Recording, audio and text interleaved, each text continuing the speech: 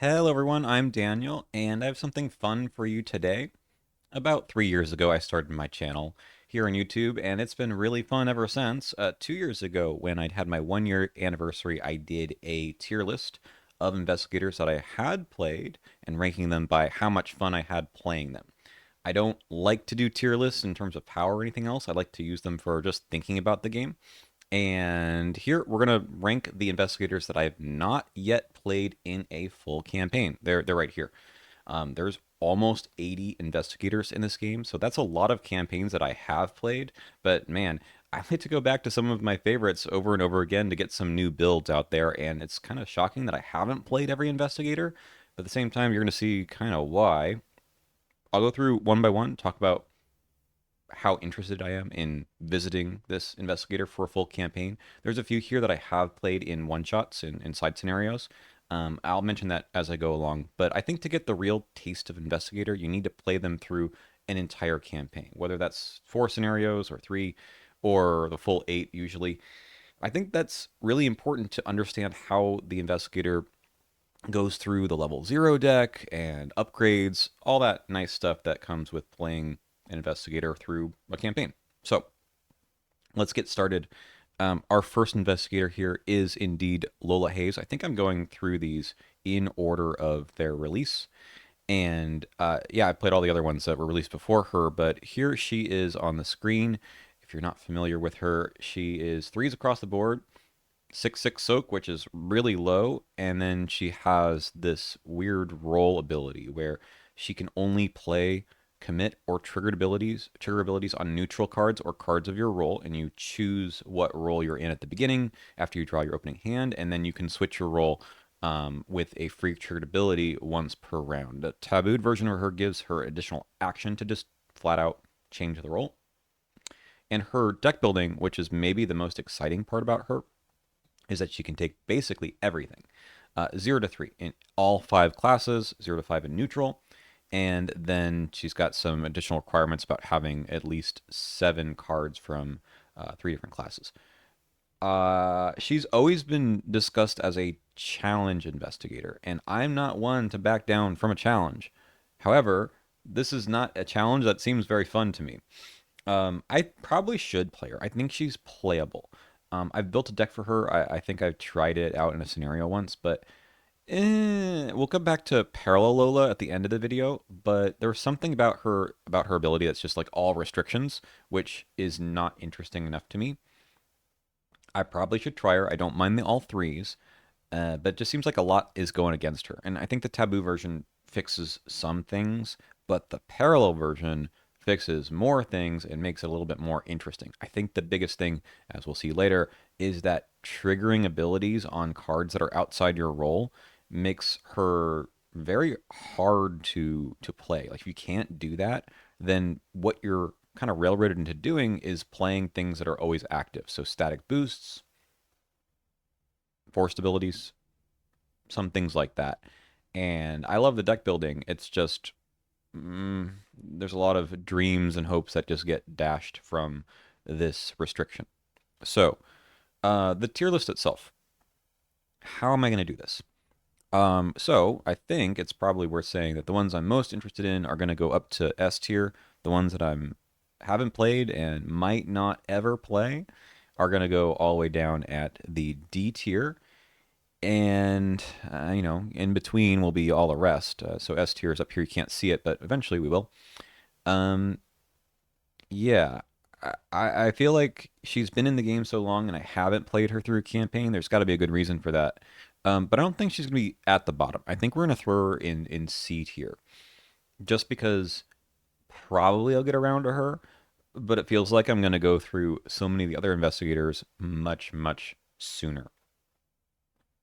All right, that's it for Lola. Next is going to be Trish, which when I said in that first video that I hadn't played Trish, and everyone's like, "What are you talking about? Trish is amazing. She's so fun. She's so cool." Here she is. She is a very strong investigator. She was our Rogue '05, Seeker '02, and already that's like, uh, it's so strong. And her ability, after you discover one or more clues at a location of the enemy, You either get another clue, so a little bit Rex-like, or you get to automatically evade the enemy, tabooed to be only non-elite enemies. Whew. I've always shied away from her because everyone else is playing her. Everyone's like, well, I'll play Trish, and then I just haven't had the opportunity in so many cases. And then when I sit down to think about it, I'm like, is this particularly interesting or is it just busted strong? I think she's one of the strongest investigators out there because Seeker is really, really good. She's trying to get clues. She can do it super easily. And then all the rogue stuff is fantastic. I mean, I think they keep just printing stuff for her because her ability is so, I don't want to say basic, but it's so central to the game's challenges, right? Getting clues is important for progressing the game, and not getting bogged down by enemies is also central to the game. So if you can move around the map with seeker stuff and rogue stuff too, and also just get clues without worrying about enemies too much, because there's a lot of cards that do her ability also, right? Breaking and entering, which came out with her, all the parlay stuff, right? All of that is just really good in Trish, and it's hard for me to think about the new sets being released, the not the core set 2 stuff, 2026 stuff, but everything that's been released. There's always like, okay, Trish would love this, kind of like the Minty fan thing, and I don't know, that just puts me off. Like, where's the puzzle? Where's the interesting play patterns? I got to play her though. I have to. I just feel like it will get boring after a little while because this is, to me, probably the strongest investigator in the game that's not like broken, right? Like not like Amanda level broken. I think this is just a lot of good stuff, spoiled for choice, and how do you go wrong with this? So where am I going to put her in this tier list? Because I mean I need to play her. And she's gonna be a go like above Lola somewhere, probably like to B, because I feel like I can get through the other ones first, but maybe A. Gosh, I mean, there's again a reason why I haven't played her. It's avoidance on purpose, just because I think it's too good. It's definitely too good. I mean, I like the combo, right? I love Monterey Jack is the other way around. Um, who else am I thinking of? I mean, Jenny can do some of the stuff. It's just she's got so much going for her. I think B is fine for now. All right, next is Daniela, and Daniela I've actually played a couple of times. It might be twice through a one shot. So I'm not a stranger to Daniela Reyes. Here she is on the screen. 4152, extremely strong stat line and a very fun ability after an enemy attacks you, except an attack opportunity that you provoked. Even if that attack was canceled, a mouthful, either deal 1 damage to that enemy or automatically evade it. No limit to this. We're getting a new Daniela, by the way, in Core Set 2026. So I probably should play her through an entire campaign before that happens. I think that just makes sense. And her deck building is the Edge of the Earth deck building, which is a bit awkward, right? You have level 0 Guardian cards, but no level 1 to 5 Guardian cards. I'm pretty sure that'll change in her her new version. And then yeah, Survivor 1 to 5, also 5 other level 0 Survivor cards. Mechanics Wrench is very cool. This is her way of doing some counterattacks. Let's see. Yeah, this is the card that lets her have enemies attack her, and then she gets to do that attack back. Well, the damage back anyway. It's strong. It's very fun. I've played her a few times and very much enjoyed it. So there's like no reason I haven't played her in a whole campaign. In fact, I'm surprised she's on this list. I'm surprised I haven't actually done it. So I think that's like an easy A, A tier. I think. Let's go back to her here. Um, yeah, I think so. I just can't think of a reason why I haven't played her. So I'm interested in playing through a whole campaign. Enough said. All right, next one is going to be Carson Sinclair. Like Daniela, I've played him twice. Twice through twice through some one shots because I think he excels in the 4-player format. when I've gone to cons, I think he's just a lot of fun to have on tap because it helps everyone else out. And he's just a good time. So here's his ability. It's very support oriented. His stats are terrible because you're not really supposed to use them. And you may take an additional action during your turn, so you get 4 actions, and you get to give an action away, essentially. You choose another investigator at your location. They immediately take an action as if it were their turn. And you could do this 3 times. You could take one of your own actions, and then if all of the other players are on your location, you just give away the rest of your actions. He's extremely fun to play as this like field general type of thing. Like, okay, you do this, then you do this, I'll then do my own action, and then the fourth player you do something else. And to move people around the board with things like task force or using safeguard, really cool. His deck building is not super interesting. He's got the 0 to 5 of the main class and then choose another class for 0 to 1 events or skills. 10 of them. Only 10. I've tried Survivor and Seeker. I think those are the two that I've chosen before. And haven't tried Mystic. I see the appeal, but haven't tried it yet. And there's a few things you can do with them. Like, you can do full support. You probably remember that I have played him in a full campaign.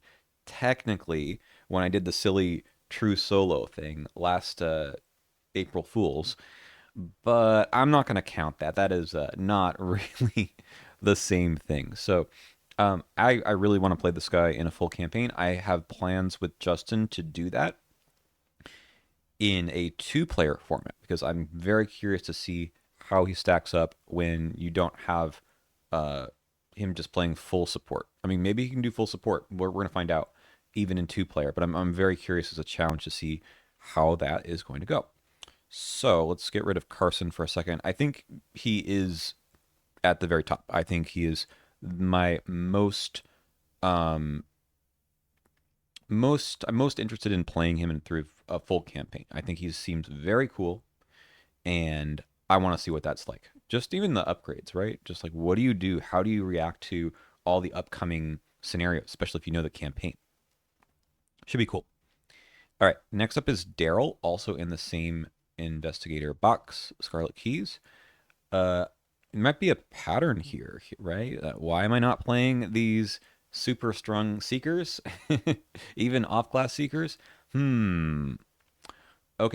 Um, Now this one, a little bit of a cheat. I am going to be playing him with Justin on a run in my channel starting in it's a few weeks from now.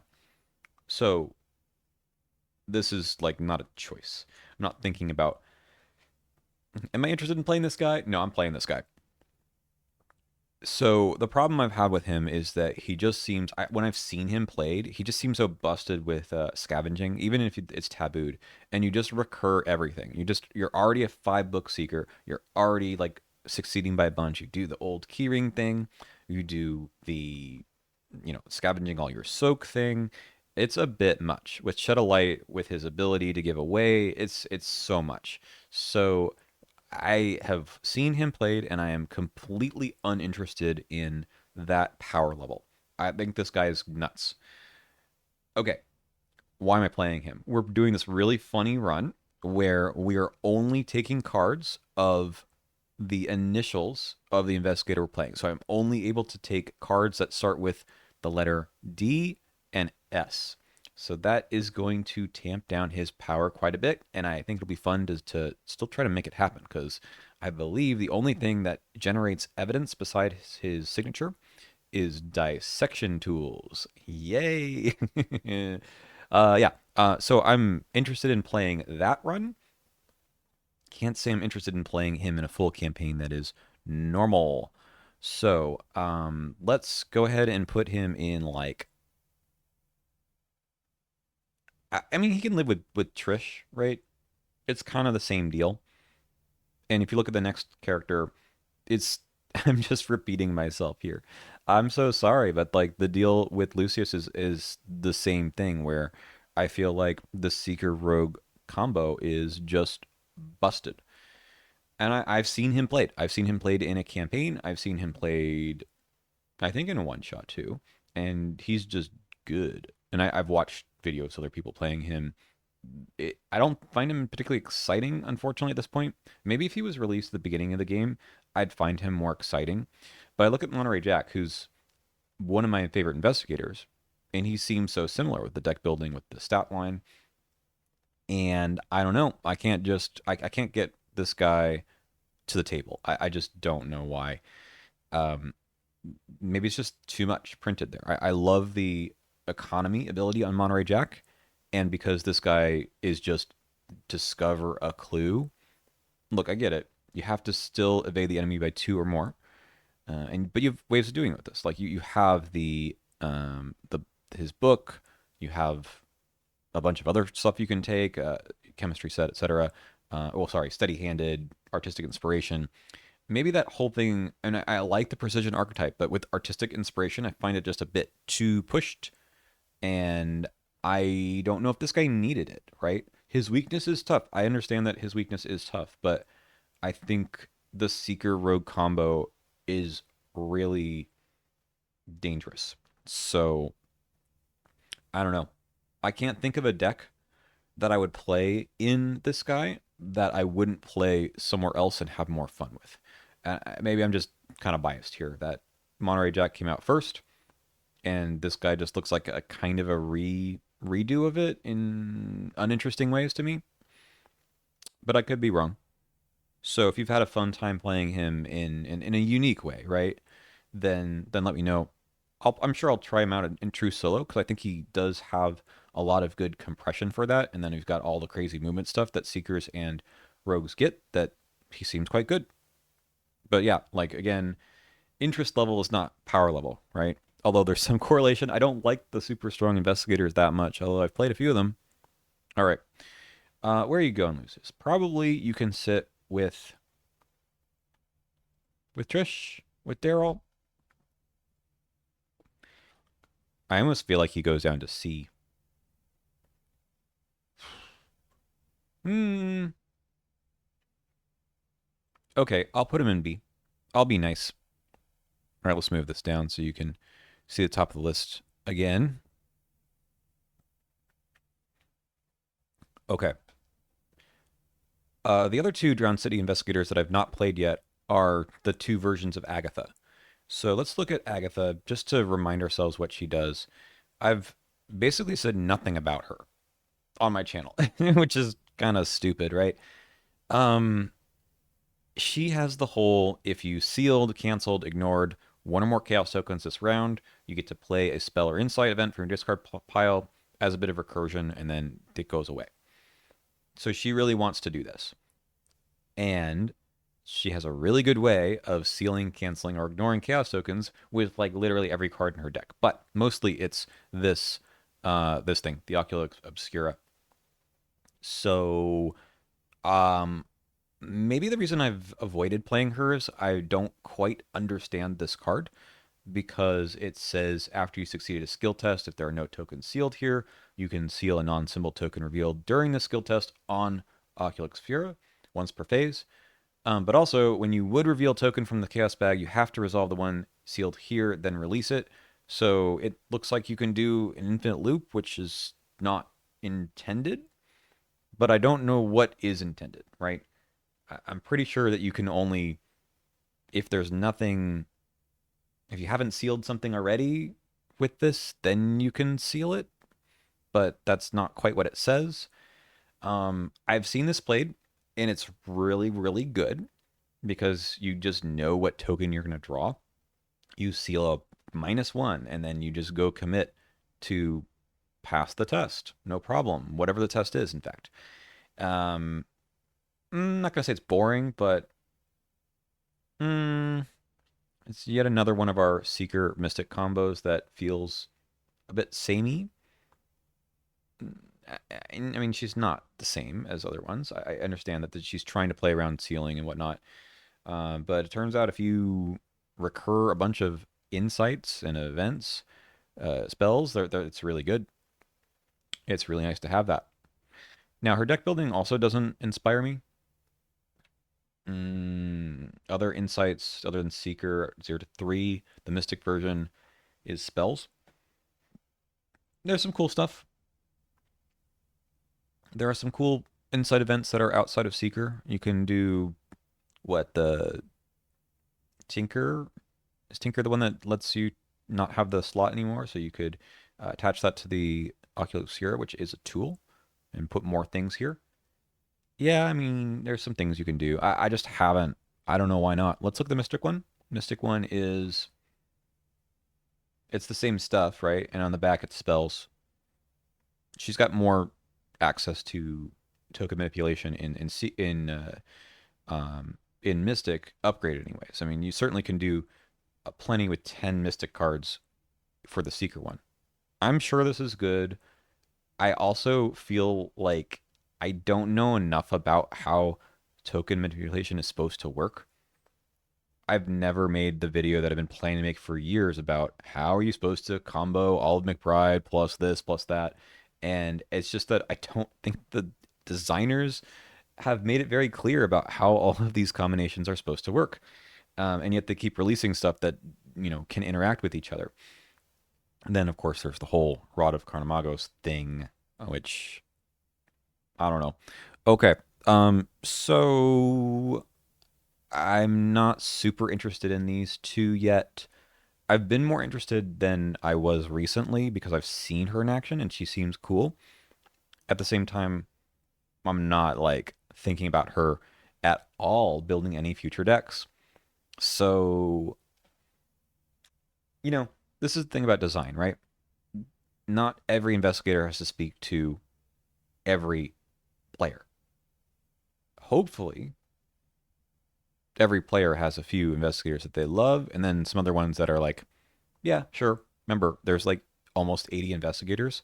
If of the officially released stuff, six of them are not like calling to me, and maybe those three in particular that are in C tier right now, that's okay. That's not a bad thing.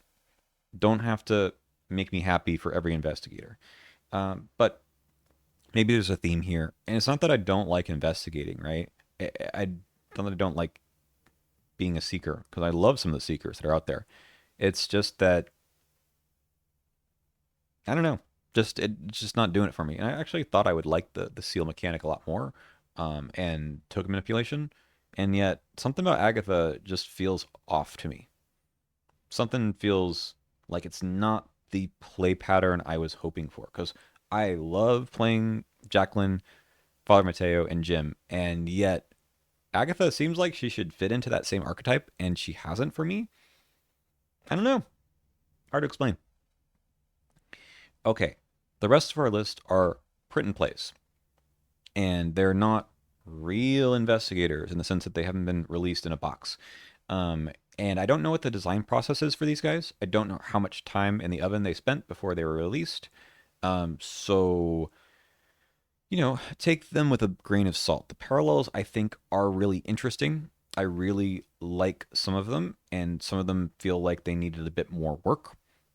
Let's start with also, it's kind of a design space where the designers can say, okay, this isn't a real release, so let's try something wacky that might not belong on a very simple investigator. So, the very first one here that I have not played and have zero interest in playing is indeed Parallel Wendy Adams. And let's just check her out here so you know what I'm talking about. She's got so much text on her, right? You can't even read this. But she has an additional card, Title Memento, and she's a Bless Cursed investigator.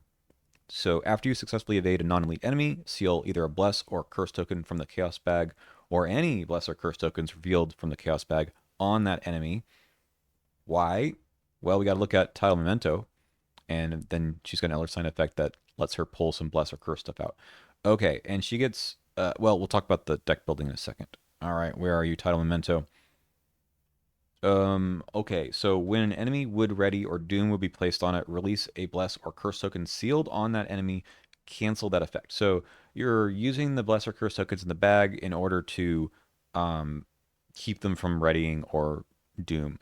But also, during a skill test that you're performing, when a chaos token would be revealed from the bag, resolve a bless or curse token revealed on an enemy or sealed on an enemy instead if you want to.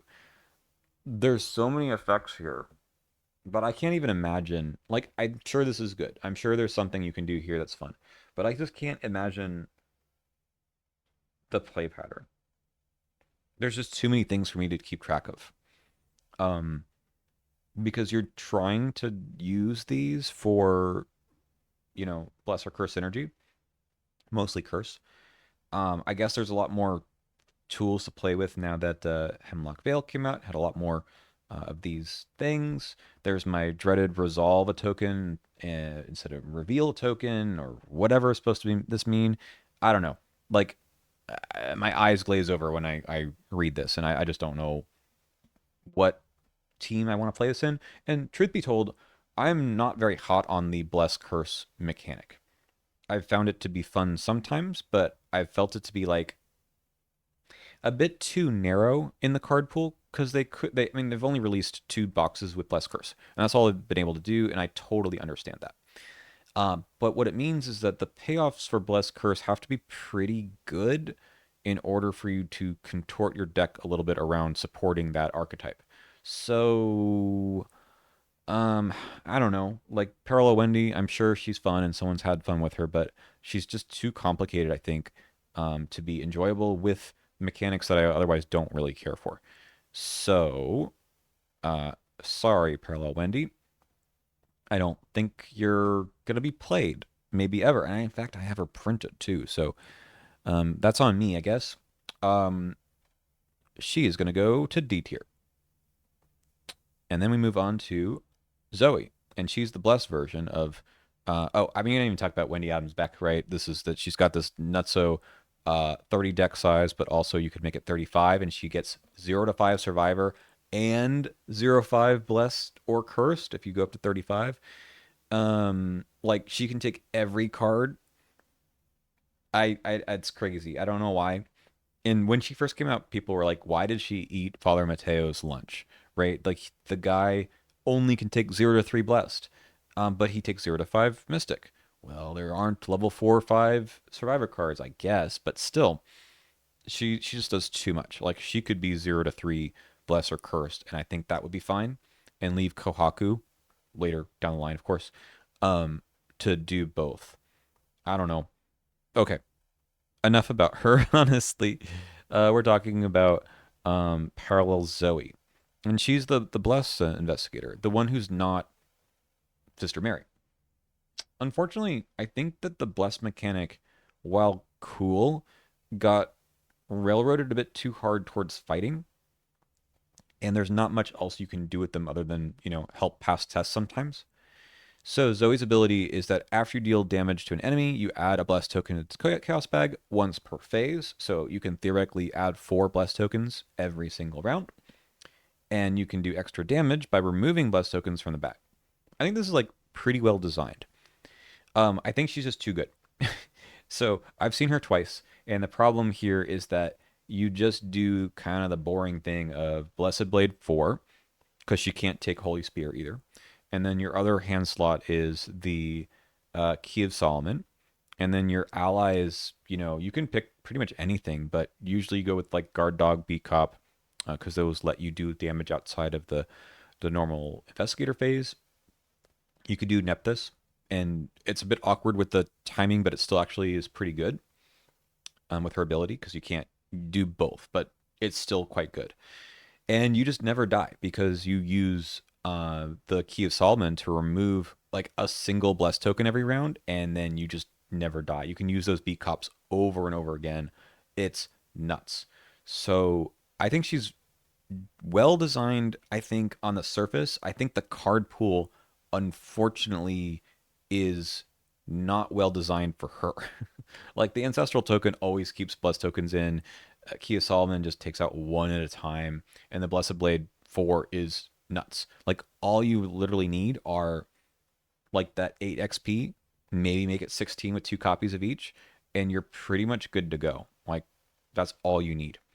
So I like her, and most people liked her, but every time I've played with her, I've never played her myself. It's just trivialized the game. It's just a bit much.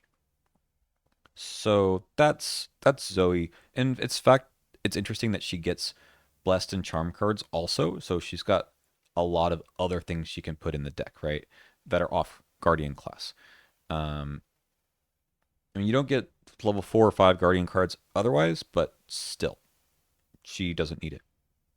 And it's too bad because I like original Zoey. I think original Zoey is very open. But it could be that my style is that I would prefer economy on the front side of a card because then I can choose what to do with that. Here, I think there's a few things, but it's mostly versions of the same thing. All right, where am I going to put her? Because I kind of like her, but it would be interesting to see her played in other ways, and maybe like a solo run or something would be interesting with her. But I just wish that they had more blessed synergy with clue discovery. I know thematically it doesn't make a lot of sense. I'm going to put her in B. I'm going to put her in B. I would play her. I would. I would have a perfectly fun time playing with her. I just don't. I've seen enough of her for the time being. All right. Parallel Rex, I have not seen. I have absolutely no idea what this guy is about. So let's read him together. He's a curse investigator, which to me is the most uninteresting stuff. The curse investigators, I don't think I like. I don't like the curse mechanic that much. It's not that they're bad. It's just it's very hard to balance. Either it's too good or it's awful. Anyway, when you would place one of your clues on your location or add 2 curse tokens to the chaos bag, do the other instead. Great. My other unplayed mechanic is clue drop. I don't really like either of these things. So this guy, I don't know. I mean, I actually have no idea. He gets level 4 Gambit cards. I didn't even know that. 0 to 4 Gambit cards. Is there something cool there? Maybe. Um, what like Hone Instinct? Is that a Gambit? Um, wow, mine is a blank here. I don't know what this guy wants to do. I mean, he takes Seeker cards, 0 to 3, so he's gonna do basically everything that Seekers want to do anyway. Mm, okay. Oh, and he gets 5 other road cards. I don't think I've ever looked at this in detail. I knew what the front side of the card said. All right. I mean, the Elder Sign is crazy. So, sure. He can take Rod of Carnimagos, doesn't? Can't he? He could do the curse stuff. That's kind of stupid. Um, I don't know. I'm sure he's fun for some people, but I'm not some people. He interests me so little that I didn't even know anything about him, and I don't think that changed much. Oh, maybe it did. Maybe it did. Maybe he goes up to C. That was a discovery that I think he's actually kind of interesting with that off-class access. Is not just curse cards. Um, in fact, like I bet you could play an interesting deck that had no curse energy, and no, I mean the clue drop stuff is not that interesting either to me. So you could drop a clue instead of putting curses in, and no, man, he's D tier. I didn't get to answer that question. All these guys, I can answer the question of the and what, right? All right, Parallel Jim, this isn't a good time for you. You're another cursed investigator. Oh no. All right. I like Original Jim. I think he's very cool. But this guy has a new ability for resolving, well, revealing skull or curse tokens. You get to replenish charges on assets. That seems very good. And you lose the whole skull is 0 thing, so you still have to pass the test somehow. With his numbers, 4, 3, 3, 2, I think that's going to be tougher than not, so you do need to manage the curses. But he can do that. He's got 0 to 3 Mystic, Spell and Curse 0 to 4, and then he's got a few Survivor cards. So I think this is a pretty good pool. Now, the backside has something additionally weird that the front side is like, oh, by the way, there's something else going on, which is this spirit deck. So you get 10 cards in your spirit deck. One is a weakness, and then 9 different ally assets from any class, level 0 to 2. And they get to be played as allies with their abilities, but not their soak. So let's see if we have something about that. The Beyond card. Yeah, okay. So the attached spirit loses all printed traits, gains the Geist trait. If you would put damage or horror there, it goes on Jim Culver instead. So you get up to 3 basically there. Once you get a 4th, then you have to randomly get rid of some of them. Maybe. If you're lucky, you don't have to do that stuff. Okay. This seems neat. I have not tried it, which is interesting that it's been out for a couple of years now, and I haven't given it a go, but I'm going to. I'm going to play this. So, again, a bit of a cheat like Darrell. I am going to play Parallel Gym very, very soon. I'll tell you about that when it happens, but I'm going to like put this guy up to A. Like, I think the Spirit deck is interesting enough to recover from the whole is the curse thing that cool? I don't think you need to build around it that much. I think there's enough other stuff for you to think about where it's just gonna be fun. So, in fact, I guess you could just play with normal Gym front, but I think I'm gonna be playing the whole hog. I don't like the whole mix and match thing, but it's a thing that people do. Okay, let's keep going. We're almost done here. Um, so yeah, Jim, good job. I think he's worth playing. Parallel Jenny though, I remember her coming out and thinking about, okay, like the whole talent thing seems interesting.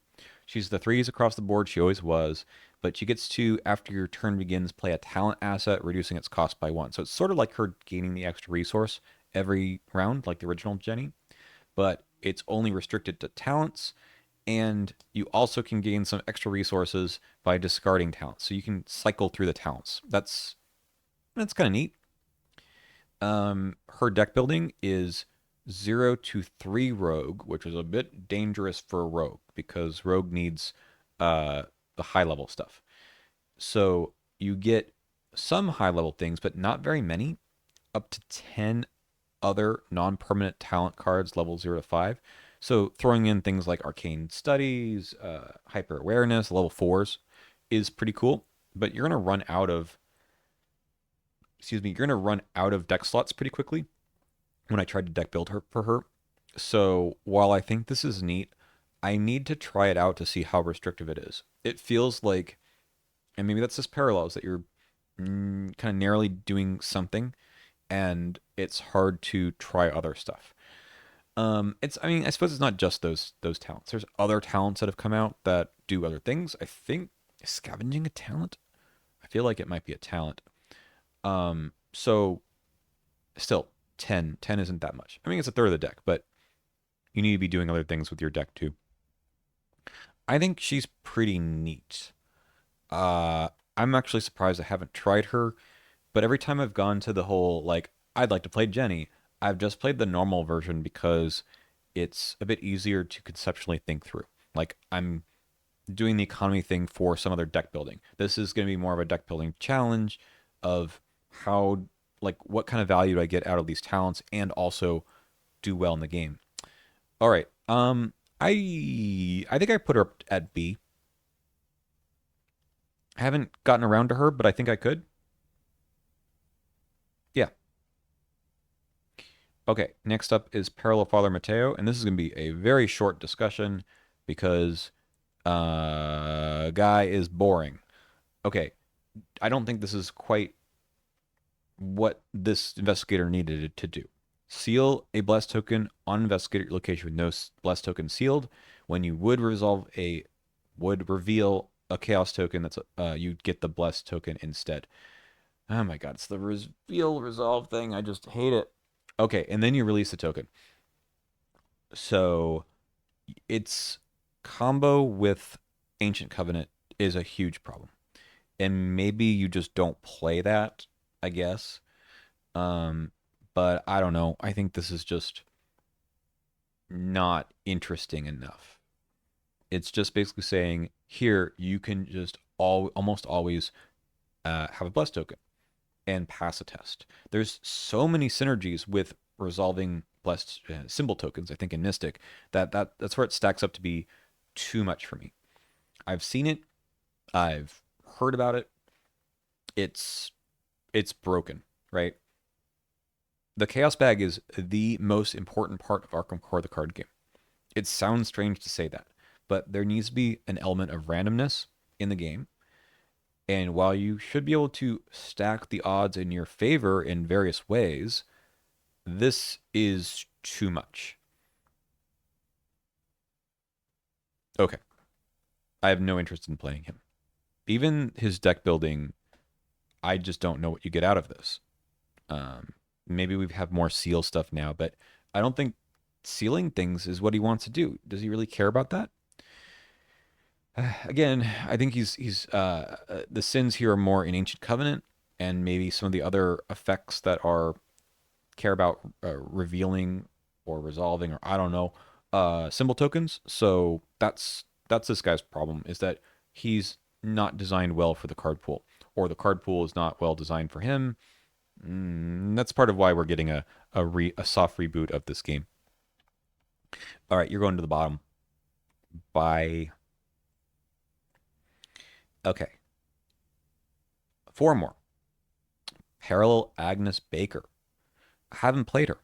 I've seen her played. I've heard very good things about her ability. I unfortunately I'm starting to think again with the full card pool that she's broken. I think when she was first designed, this is I don't know, 2020, 2019. Um she felt very fair, but her ability to recur spells by taking damage is very strong because now there's many ways for you to just heal the damage off easily. Whether that's the Soothing Melodies, which I guess she always had, the newer Drain Essence, or I don't know what else. I think that it's gotten a bit easy to play her and less dangerous. But that's just like the power level of this game, right? The it's not power creep per se. It's just that the design with 80 investigators, right, has been hard to keep in a box, right? And sort of say like this is how all these cards will affect our investigators. It's just you can't do it. So for her, I think this is just too free. She recurs and makes Drain Essence free, and then uses that uses the damage later for benefits. Now, her deck size, I know a lot of people like just playing her because there's 25 cards, and that just makes things better. Similar thing with Parallel Skids. And she takes lots of spells. She can get all the Mystic cards, occult level cards, 0 to 3. So she gets, I guess that's what makes her get the upgraded Hollowed Mirror as well. And yeah, it just seems good. I think she's a good design. I think the card pool's outgrown her. Um, but yeah, I think she's good, you know? Um, I'm just deeply skeptical of people who play and do some really disgusting stuff with her. And I think she's a problem, but it's also the card pool doesn't have her as like the forefront of, okay, we can't print things like Drain Essence because of a parallel investigator, a print and play investigator, right? That's not what they're doing. And people need to stop abusing these sorts of things because I don't know. It gives the designers maybe a wrong idea too. I think she's a C for me. Like I'd have to play her in a limited card pool to feel like I'd have fun. But having access to literally everything that makes her just go nuts is probably not going to be my good idea of a good time for me. Then we get to Parallel Daisy, who I don't know why she exists. She's a very strange investigator. 1522, so a difference in her original stat line, and a 5/7 for health sanity. She gets +1 willpower and +1 sanity for each tome asset she controls. Okay, so build up a big library. And then her free triggered ability, instead of the original one, which is free action well, extra action every turn to resolve a tome ability, one at a time resolve an action ability on each tome asset you control, ignoring their action cost. Once per game. Once per game? Why? Can it be like maybe not once per turn? I mean, that would be crazy, but you're gonna like benefit 3 actions maybe? How many tomes could you have in play that actually do this, that you want to do at once? That's not good. That's not a good ability. Now, her back is pretty good. Tome cards 0 to 5, which since she was released, there's been a lot more interesting tomes. Book of War, most recently. Astronomical Atlas, very good. There's much more out there. Seeker level 0 to 3, it's totally fine. And then 5 other level 0, Guardian, Mystic. So I've seen a geared up Daisy before. I think that's pretty neat. I really like this deck building. I think it's very interesting. The front side is...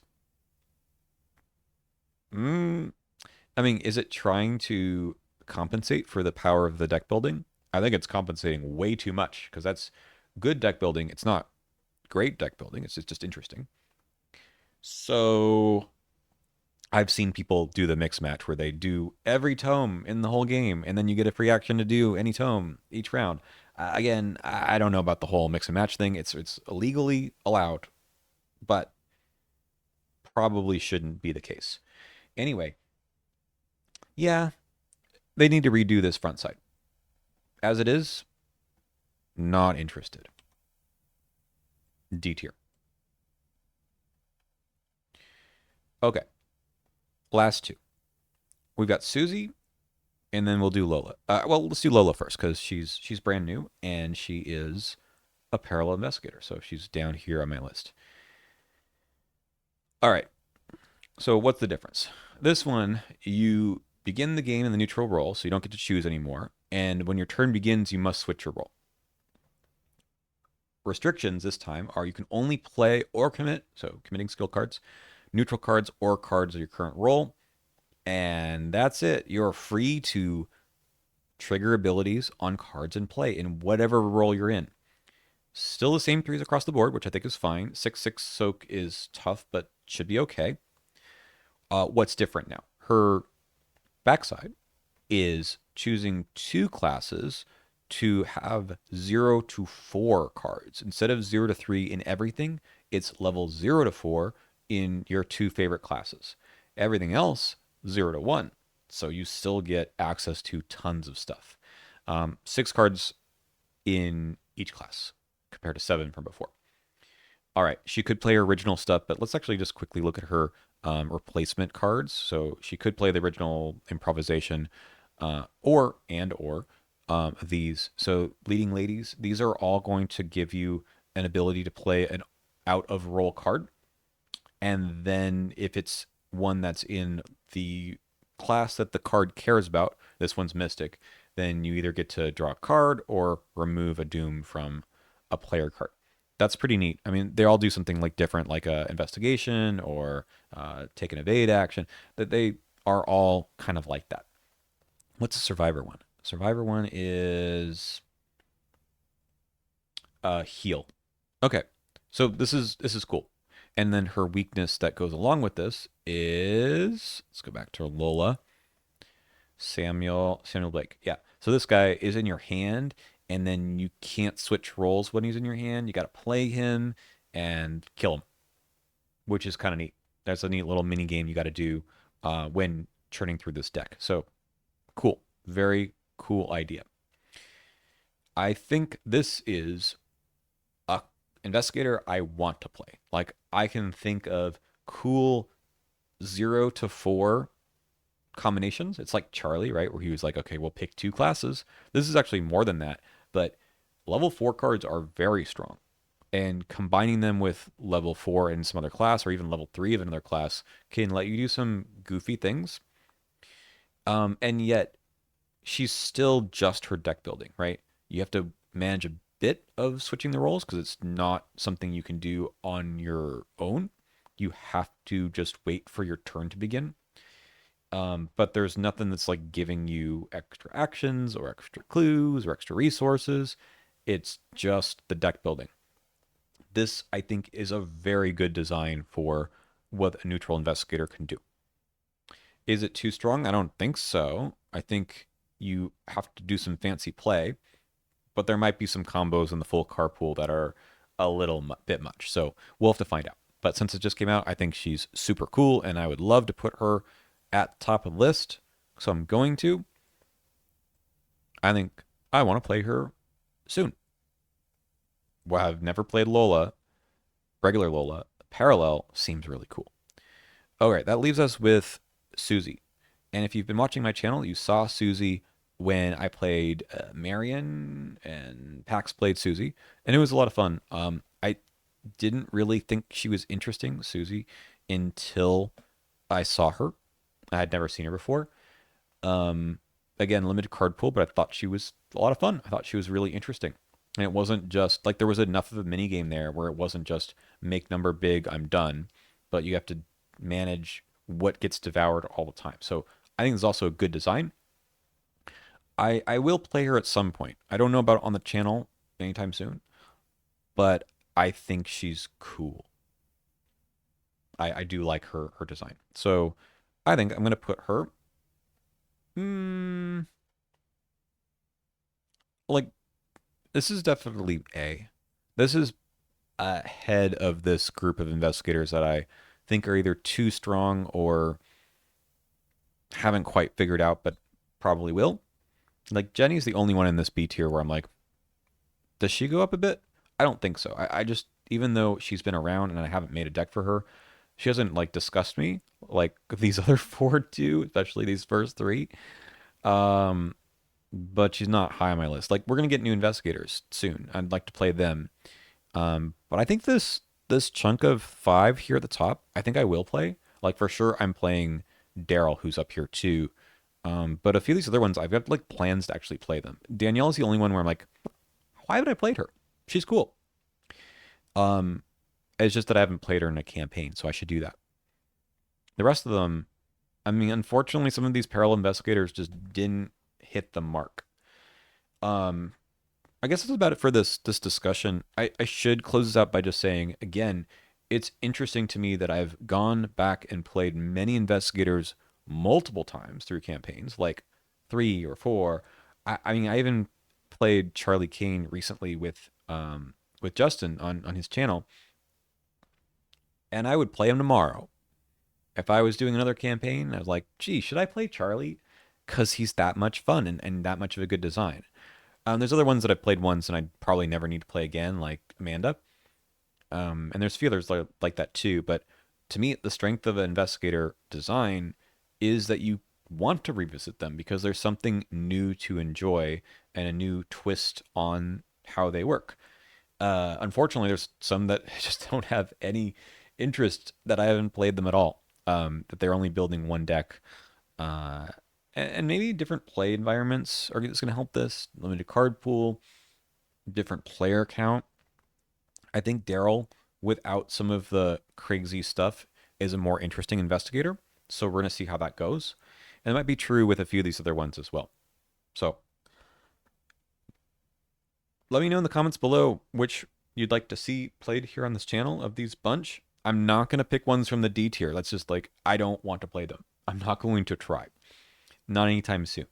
But I'm willing to play the other ones just to see what they're all about. And let me know about your experiences with the game. Is it the case that you also have a chunk of investigators that have been pushed to the side and you're like, well, maybe I'll get to them? And what's keeping you from playing them through a whole campaign? Again, like an asterisk on Carson and Daniela, since I have played them. But yeah. And I apologize to you if some of your favorite investigators are on this list. I know people love Parallel Agnes to death. Great. I'm happy for you. But yeah, I want to get a fuller flavor to be able to talk about these guys by playing through a whole campaign, but some of them already just haven't gotten the juices flowing in terms of what would be fun about this. Cool. All right, thanks for watching, and I'll see you again sometime soon, probably playing one of these investigators.